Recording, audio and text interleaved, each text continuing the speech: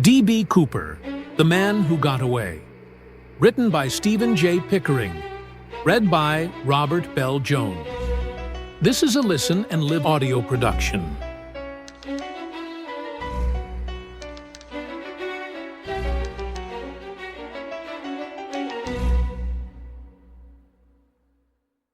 Prologue. The Jump. The wind was a living thing. It tore at his clothes, roared in his ears, clawed at the edges of his resolve. The aluminum skin of the Boeing 727 thrummed beneath his feet, the open airstair rattling in the cold November night. Somewhere far above, lightning split the black sky, revealing for a heartbeat the dark quilt of the Pacific Northwest below. Forests, rivers, and mountains, all blurred by rain. The bag at his side felt impossibly heavy. 40 pounds of cash, tightly wrapped, its edges pressing through the canvas like bricks. He'd cinched it to his waist with a length of rope taken from one of the parachutes, tying it twice, then twice again. If it slipped loose in the fall, it would be over before it began. He didn't look back toward the cabin. He didn't need to. The cockpit door was shut, the crew huddled forward under strict instructions. No one would try to stop him now. He had made sure of that. Cooper bent his knees slightly, feeling the slipstream surge upward from the airstair. It smelled of rain and jet fuel, tasted of iron and cold. He had timed the jump in his head, calculating from the airspeed, the low altitude, the heading. The ground was somewhere down there, an invisible, hostile promise. A voice in his head, calm and steady, asked the same question it had asked for weeks. "Are you sure you can do this?"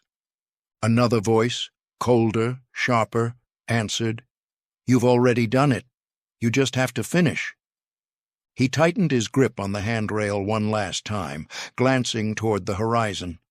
There was nothing to see, no lights, no cities, no witnesses, just darkness. He let go. For a split second, he was weightless. Then the wind punched him, yanking his tie upward, snapping the strap of the money bag tight across his ribs. The stairwell vanished above him, the 727 shrinking into a silver speck swallowed by clouds. The roar in his ears became all there was, drowning out thought, memory, and fear.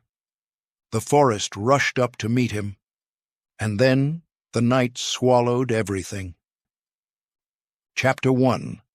Thanksgiving Eve. The rain had been falling since morning, a thin, steady drizzle that turned the streets of Portland slick and black under the November sky. Inside the terminal of Portland International Airport, travelers hurried through the ticketing lines, shoulders hunched against the damp chill that followed them indoors.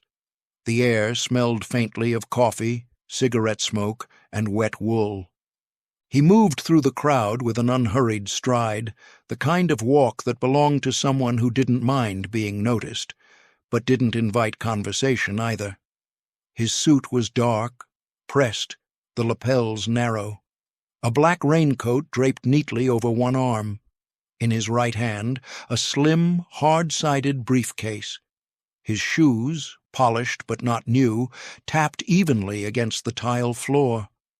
At the counter, he set the briefcase gently on the surface and slid a $20 bill toward the Northwest Orient Airlines clerk.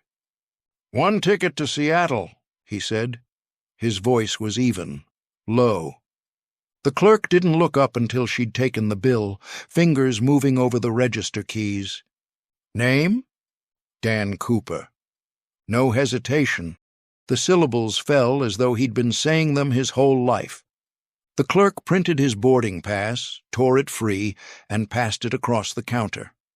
Cooper accepted it with a polite nod, slipping it into the inside pocket of his jacket. Behind the tinted lenses of his sunglasses, his gaze swept the terminal, not nervously but deliberately, like someone mentally cataloging exits, sightlines, patterns. It was 2 p.m., Flight 305 to Seattle was scheduled to depart in less than an hour. In the departure lounge, he sat alone, briefcase on his lap, legs crossed.